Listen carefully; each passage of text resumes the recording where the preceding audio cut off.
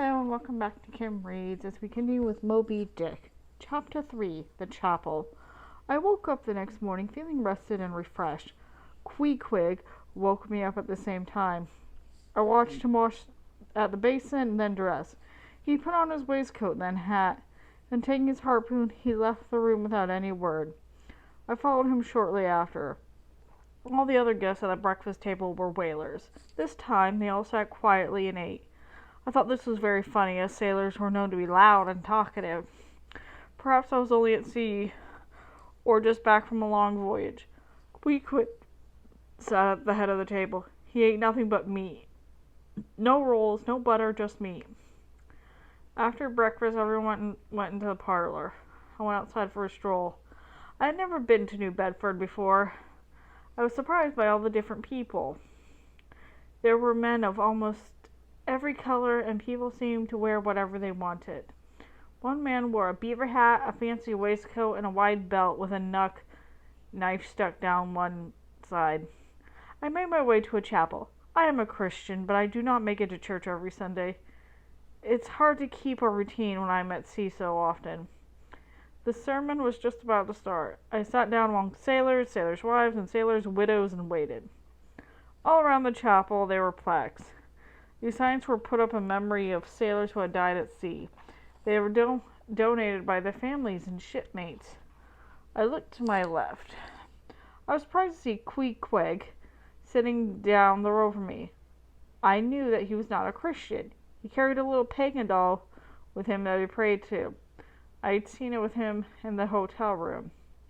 Queequeg nodded when he saw me. He then went to waiting patiently for the sermon to begin. The minister walked to the front of the chapel. Father Mapple was an older man. He was very tall and had a mane of wild gray hair. He was well known as a former whaler and harpooner. I had heard talk of him from the other whalers before I had arrived. Father Mapple climbed a ladder to reach the pulpit. He did this slowly and with dramatic flair. When he reached the top, he dragged the ladder up. No one could climb up, and he could not climb down. He looked like a sailor in the crow's nest, high atop the mast of his ship. Father Mapple called the room to order. Gangway to starboard. Midships, midships. He was using language that sailors use on a ship. He was telling the crowd to move in the sides and take their seat. Just as Father Mapple began to speak, a terrible storm started outside. Wind and rain whipped against the windows. The minister was bothered, though. His voice was calm and strong. No one else bothered about the weather either. They were only concerned with Father Mapple's words. He told the story of Jonah in the belly of the whale.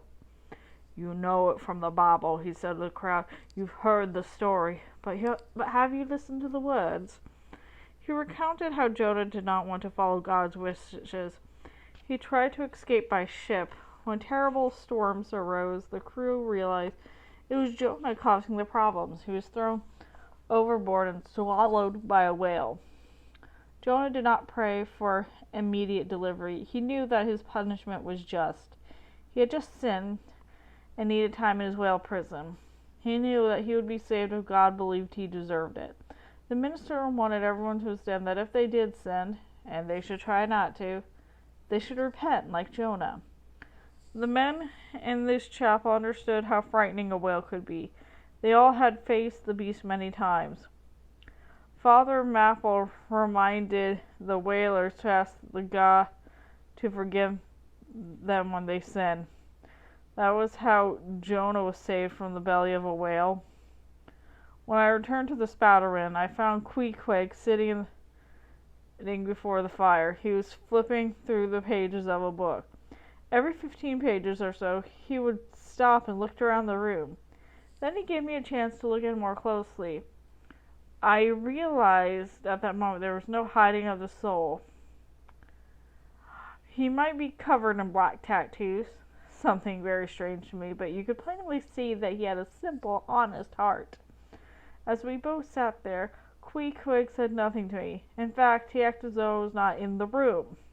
I found this strange, considering we had been roommates the night before. Was that not worth a nod or hello? It occurred to me that I had not seen Queequeg talk with any of the men either, so he kept entirely to himself. so I decided that I should make a friend of him. I pulled my chair up to his bench. I recalled what happened the night before and how frightened I had been when he entered the room. This made Queequeg smile a bit. He asked if we would be roommates again. When I said yes, he seemed pleased. Can you read? I asked. I pointed the book on his lap. He shook his head no. I then explained to him the text of the book. It was about whaling, of course. And our conversation came quietly after that. He talked about the sights around town and the places we traveled. After some time, Queequeg tugged me and pressed his forehead to mine. He called us buddies. I will die for you, he said. He slapped me on my back. If it must be, I will die for you. Now for my countrymen, that was an odd thing to say so shortly after meeting someone. For Queequeg, though, it was a social custom.